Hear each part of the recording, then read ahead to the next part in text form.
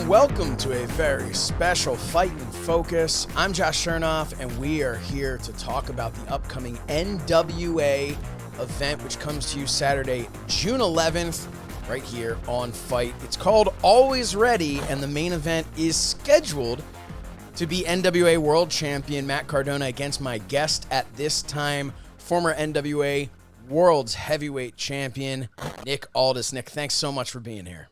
Thanks, Josh. Good to be here.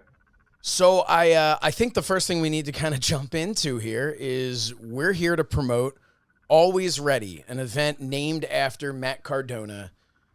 Matt Cardona gets injured a couple of weeks ago. We're recording this on a Monday. Tomorrow, I believe, he's having surgery on his bicep. Have you heard anything at this point? All we know is Matt Cardona says he will be there. But you, obviously, you've been training. You've been preparing for this match, this rematch with Cardona. You've had a couple of run-ins with him, of course, already. But what's going through your mind at this point? Are you anticipating a forfeit? And I mean, somebody like you, do you even want to win a championship by forfeit? How is this? What's going through your head here? Well, you said we had run-ins. No, he's systematically disrespected me, and the company's disrespected me by facilitating it for the better part of the last like three to 4 months.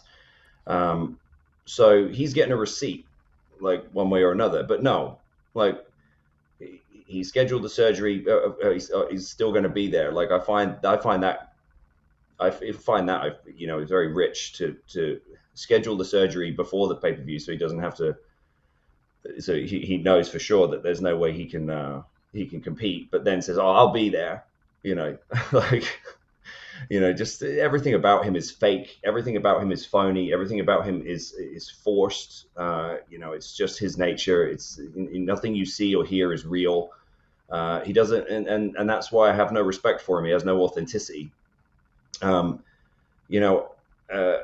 As far as what's going to happen with, I really don't care, right? Like the idea that people are sort of suggesting that, there would be some sort of forfeit. You already answered that question, Josh. There's no way I would accept that.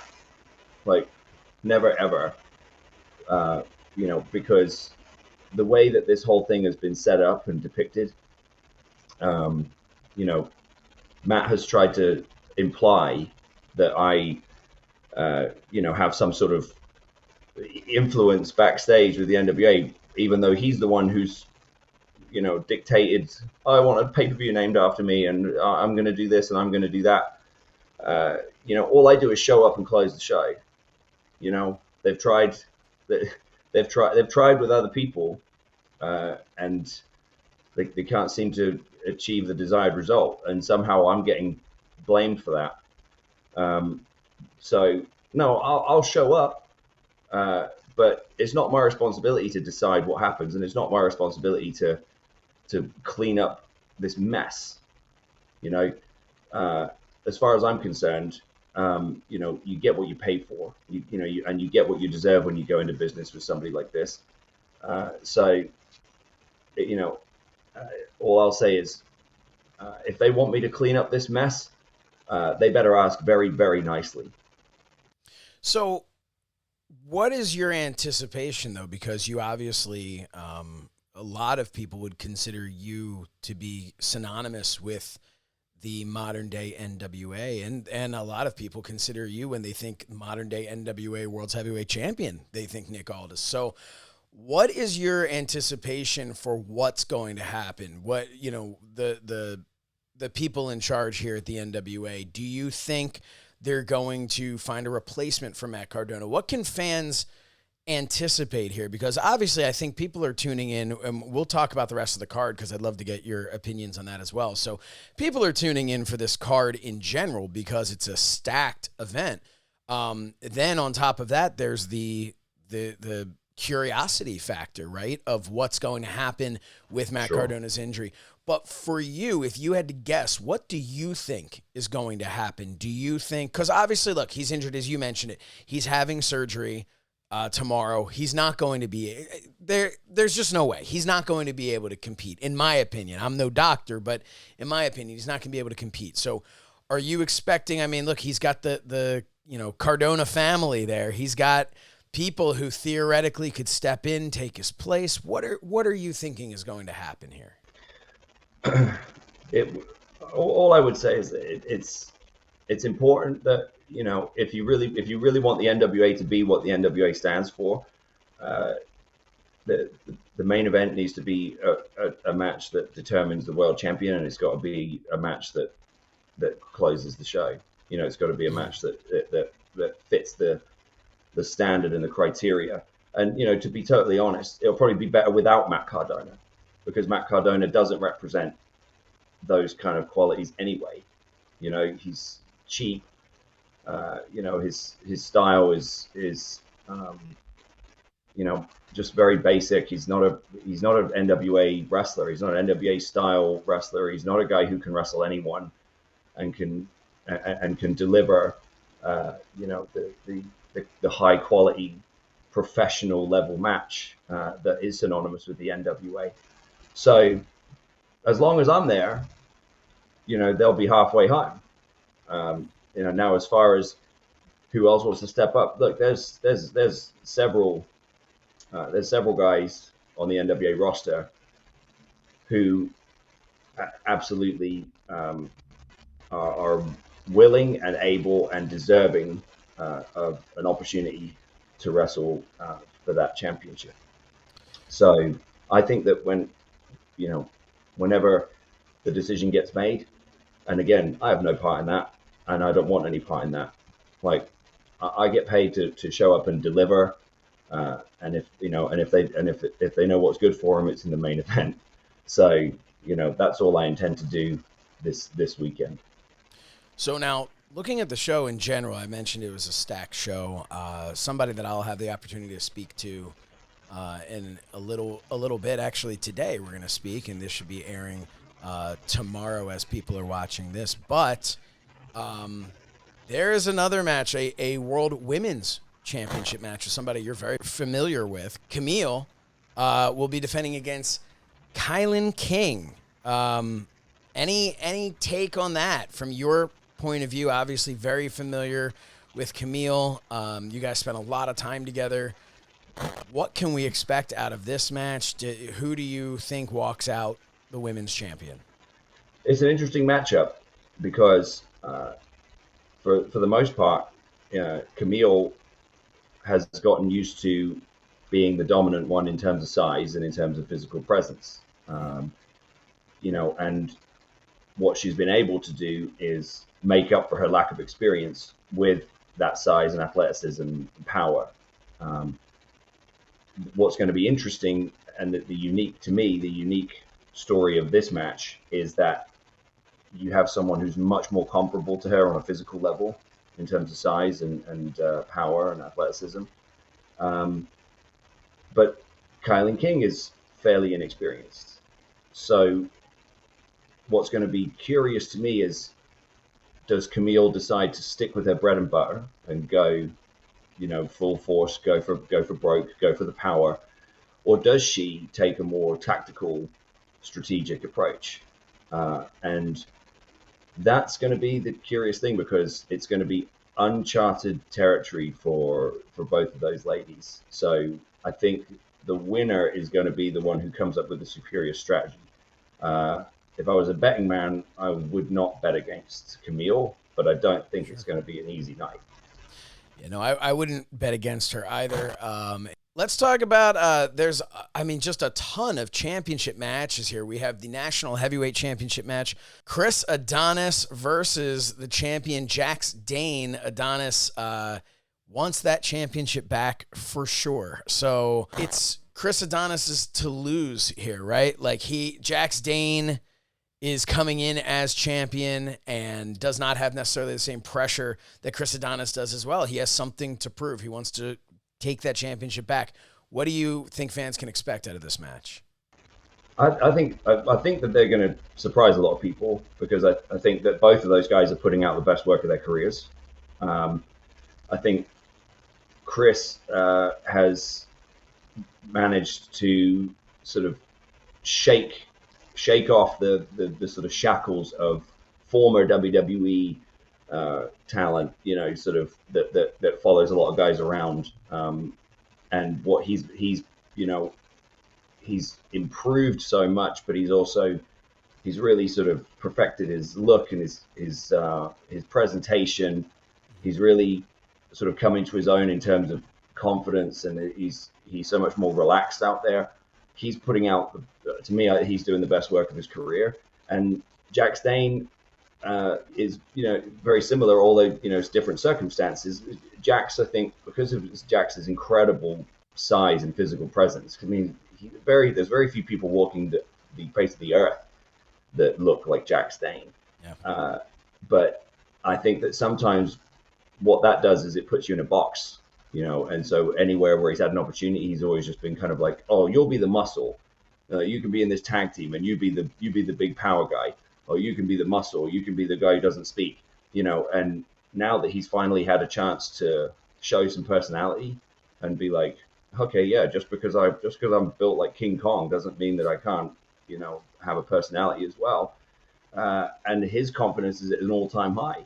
So to see two guys who are grown adult men, you know, who have you know, both paid the dues, who are both incredibly confident in their ability at this point in time, and are both riding a wave of momentum. That's what you want in a title match. And I think that those two guys are going to look at it as their way of sort of staking their claim as like, I'm the next in line, you know, to sort of lead the promotion, you know, and I want to be considered in that mix with the top guys. The way that you describe Jack Stane's previous experiences with people kind of putting him into a box based on the way that he looks, is that something that you experienced in your career starting out? I mean, obviously now we look at you a little bit differently, but coming in, the way that you're built, you know, you walk in there and I feel like it's not a far stretch for a bunch of people to have looked at you and said, oh, this is the muscle. This is, you know, this is the big guy. I don't know if I don't think that was ever the case with me. I mean, I think, you know, when I walked in the door at TNA, I was so young, I was just so green, you know, it was almost like, it was almost to my detriment. But obviously, who says, no, don't put me on TV, you know, right. I'm not ready, right? You know, no, I think the only time I felt like I was really put in a box was the British invasion. And even then, you know, Doug and I, you know, people, it resonated. So maybe I was wrong, yeah, because people to this day still bring it up. But, you know, at the time I remember thinking, oh, God, I really don't want to be, I don't want to be put into this box of like, oh, British guy, he has to have a British flag and he has to, you know, has to say, hey, you know, has to use the word bloke and has to, you know, so, I mean, you should have seen some of the stuff that was written. I mean, it was, you know, I was like, this is borderline offensive. But so, you know, we were also, you know, we were able to make it our own, and you know, so other than that, no, I mean, I guess over, you know, now and then, you know, somebody might have a perception of you that you know, maybe doesn't fit how you see it, but I certainly haven't experienced that in recent years. I think that's why I've been able to sort of ascend to where I'm at now, is I've been able to kind of execute my vision for myself exactly the way I wanted to. And it's interesting because if you go back, you know, 25, 30 years in this industry, there was almost this perception that when somebody was built as well as you are, that, okay, hey, they might be, you know, the top of the card, but the real wrestlers, the ones who can really do it, they're the ones who are a little bit smaller, a little bit leaner. And you've kind of been able to be one of the people who has changed people's opinions on that and say, hey, listen, I can have it all. I can look a certain way and I can work, right? That's kind of you to say. I appreciate that. I mean, I've always modeled myself in terms of work in the ring. I always tried to emulate Bret Hart, you know, Kurt Hennig, Shawn, Rick, Harley, Nick Bockwinkel, Triple H, you know, so I always tried to emulate those sort of particular guys, in spite of the fact that a lot of those guys were smaller. You know, but I don't know if that's a new thing. I think what wrestling tends to do is wrestling sees one thing work, and then they try to recreate it over and over and over again. Sure. So if somebody, you know, if something works in one particular promotion or one particular place, everyone's looking for their version of that, until somebody sort of changes that narrative, and then everyone's trying to do a version of that new narrative. So Right. I think what I was able to do, and I think most wrestlers probably reach this point in their career where they sort of shut out all that noise and start going, okay, I'm not going to look to try to do, oh, what does WWE want this week? I'm going to try to be like that. Like you can't live your life like that. You have to sort of, you have to be able to be comfortable in your own skin and perfect sort of what you believe to be the best version of yourself, and then believe in the process that that good things will come. So we also have a World Television Championship match on this card as well, and that is champion Tyrus versus Mims. Talk about big guys. That's a couple of big guys right there. Well, Tyrus is built like a damn refrigerator, and and Mims is he's a homegrown guy. He's and he's got one of the best attitudes out of any of the new crop of talent that are coming up now. He's just an incredible personality, and a really, really good, solid professional. And this thing has been brewing between these two, and I think Mims is, that sometimes when you have somebody like Mims who's nothing to lose, right, and he's looking to make a name for himself, and then you have a guy like Tyrus has been around, but he's also enjoying a tremendous amount of success outside of wrestling. Yeah.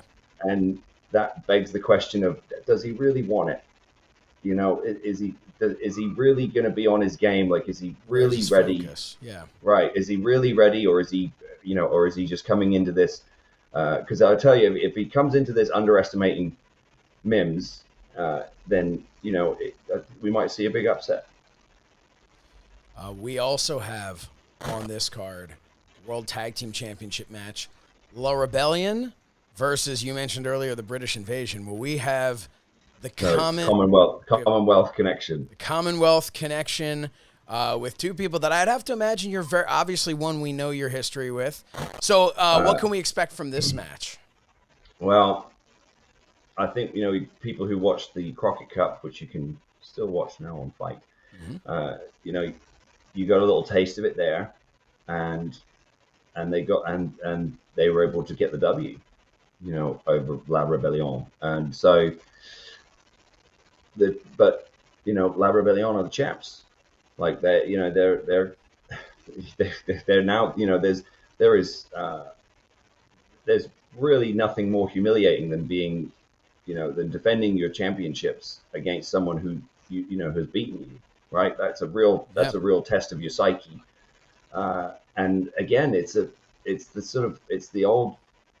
same thing in almost all championship matches, isn't it? The challengers have nothing to lose, but Doug and Harry are like, there's an immediate chemistry there between those two, because I think just because of the respect that Harry has for Doug. And because obviously the respect that Doug has for Harry and for Harry's lineage. So in many ways, and I think in many ways, Doug was able to take from his experience with me as a tag team and sort of flip a lot of that to those guys, because Doug represents the tactical, the technical, the strategic, sure, the ring generalship. And I was a bit more of the smash mouth kind of, power guy, and a bit, and in my case, a bit more of the sort of brash personality of the team. In Harry's case, maybe not the brash part, but certainly the power part. Guy's 6'5" and 285, like, and in the best shape of his life. And again, another guy putting out the best work of his career. Guys you don't even get good at this until you get in your 30s. Mm-hmm.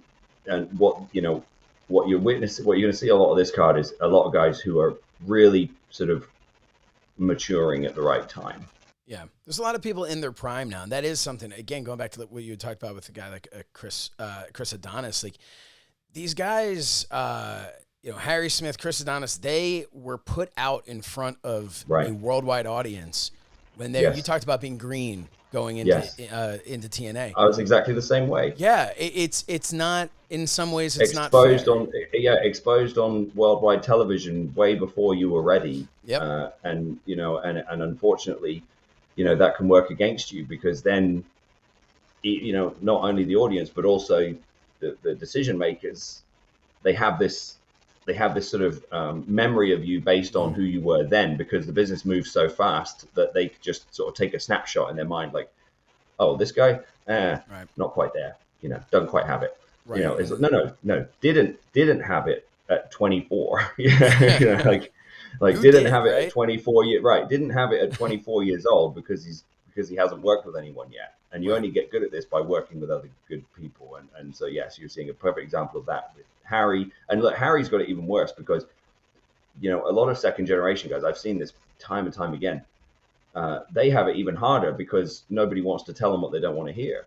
Right. Or everyone's too busy trying to curry favor with their family to actually be like, hey, that sucked. You need to work on this. You need to improve that. Like, you need to, and like, here's how this shit works.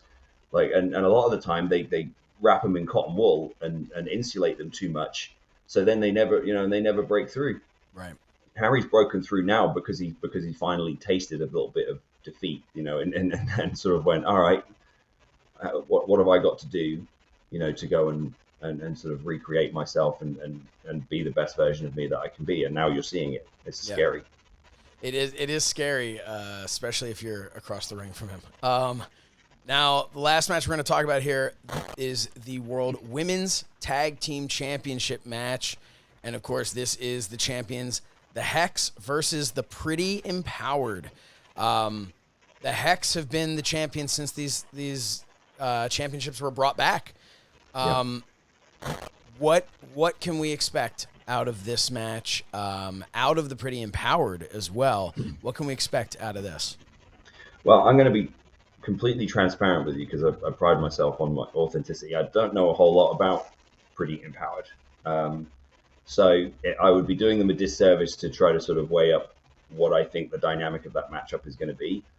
All I will say is that in AK and Marty Bell, you've got two women who, again, are sort of, in their 30s, who are reaching their sort of, who have got the perfect balance of experience and physical peak.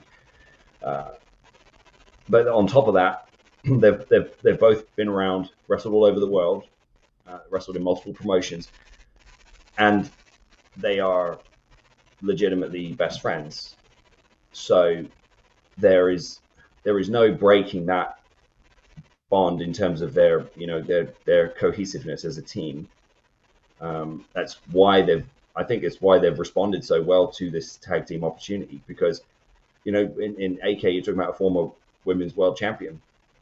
But she's embraced this challenge because I think that she's realized, like, if we get this thing right, like, we can dominate the women's tag division for the foreseeable future. And I wouldn't be betting against the Hex in that matchup. Well, what is talk about betting? Again, the event is called Always Ready. The main event was scheduled. Yeah, how ironic. Right. The main event was scheduled to be Matt Cardona, Always Ready Matt Cardona, who unfortunately does not look like he is going to be ready for this. No, he better be ready to get a receipt for all of the disrespect he's shown me. But no, he won't be ready to compete. But that won't necessarily be a bad thing for wrestling fans. Well, I think for him, the receipt in some ways it might not be as physical as the one that you would like for him to receive, but I think him just having There's to always time, take that Josh. There's always time. Well, you can get to that. I'm sure. I am very confident that at some point the two of you are going to step into the ring together again. But I think a receipt for him is just having that championship, that 10 pounds of gold, taken out of his hands. No, that's you're letting him off way too easy there. Like, I don't, like I said, I don't really give a shit whether he gives up the belt or not, because one way or another, when he's healed, he's gonna be looking up at the lights, courtesy of the national treasure, and But in the meantime, that's too long for me to wait. Right. He has to understand. They all have to understand what happens when you disrespect me. And we're going to have to see what does happen. Of course, it comes to you June 11th, this Saturday, June 11th, 8 p.m. Eastern Time, live exclusively here on FITE. The event is NWA Always Ready. Nick Aldis will be always ready. He will be ready for whatever is thrown his way. We don't know what that's going to be. Will Matt Cardona be stripped of the championship? Will he just be on the shelf and remain champion? Will there be an interim champion like we've seen in other places? Who knows what's going to happen, but we are going to find out, and you need to tune in to find out. June 11th, 8 p.m. Eastern Time. Mr. Aldis, thank you so much for taking the time. It is always my pleasure to speak with you, and I wish you nothing but success this coming weekend, continued success in your career, and have a great, great NWA event. Thank you, Josh, and I'm looking forward to it. See you soon. And we will see all of you live June 11th, 8 o'clock Eastern Time, right here on FITE for NWA Always Ready. For Nick Aldis, I am Josh Shernoff. Thank you for joining us here on FITE and Focus. We'll see you Saturday night, June 11th, for Always Ready.